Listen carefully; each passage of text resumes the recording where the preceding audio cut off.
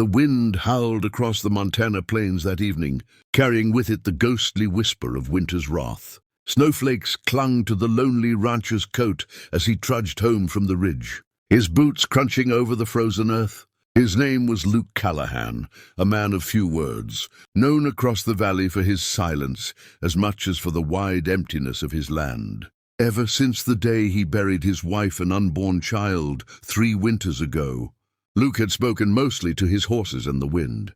He had built his fences high, not just around his ranch, but around his heart. The world had moved on, but Luke hadn't. The snow didn't bother him anymore. Pain had a way of numbing the soul, and his soul was frozen like the fields around him. But that night, fate was waiting for him on the edge of his land, broken, shivering and barely alive. As he guided his horse down toward the creek, something dark caught his eye near a fallen cedar. At first he thought it was a dead animal, but then it moved, just barely, and he heard the faintest sound, a soft whimper carried by the wind. Luke stopped, his heart kicking against his chest. He stepped off his horse, crouched low, and brushed the snow away with his gloved hand. That's when he saw her, a young woman wrapped in tattered cloth, her skin bruised and her dark hair tangled with ice. Her face was bloodied, her lips blue from the cold, but her eyes, when they fluttered open, they were filled with the kind of pain he hadn't seen since the day he lost everything.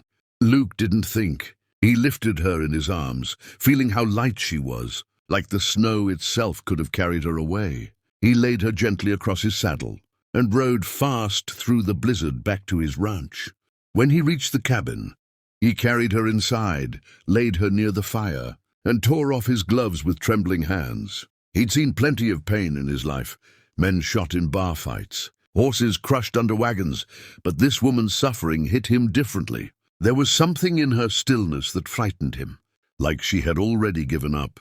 He boiled water, wrapped her in blankets, and tried to coax life back into her. Hours passed before her breathing steadied, and she opened her eyes again. "You're safe now," he said quietly, his voice gravelly from disuse.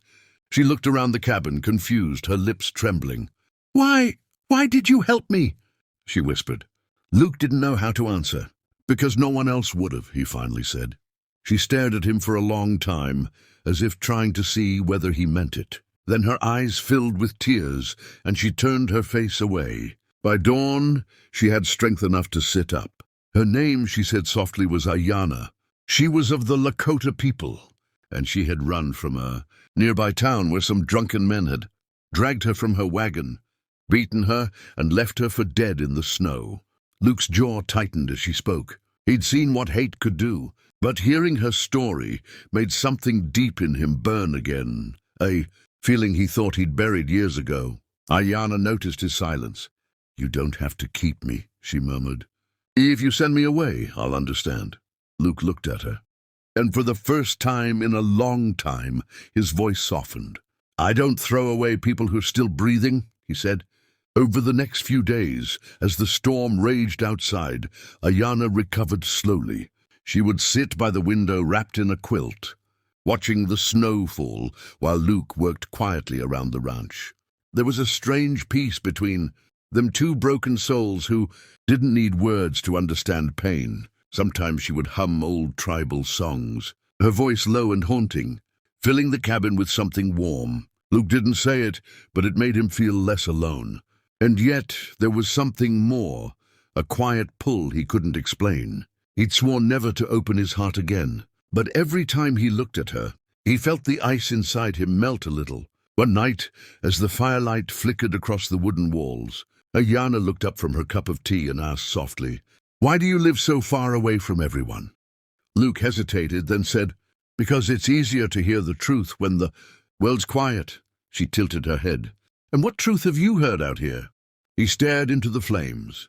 "That some hearts don't heal, they just learn to beat with the scars." For a long time she said nothing. Then she whispered, "Maybe some scars are meant to remind us that we survived." Those words struck him harder than a bullet. He looked at her and saw not weakness but strength, the kind that grows in silence, after pain. That night, when she fell asleep by the fire, Luke sat for hours watching the snow fall outside. thinking about the woman who had come into his life out of nowhere.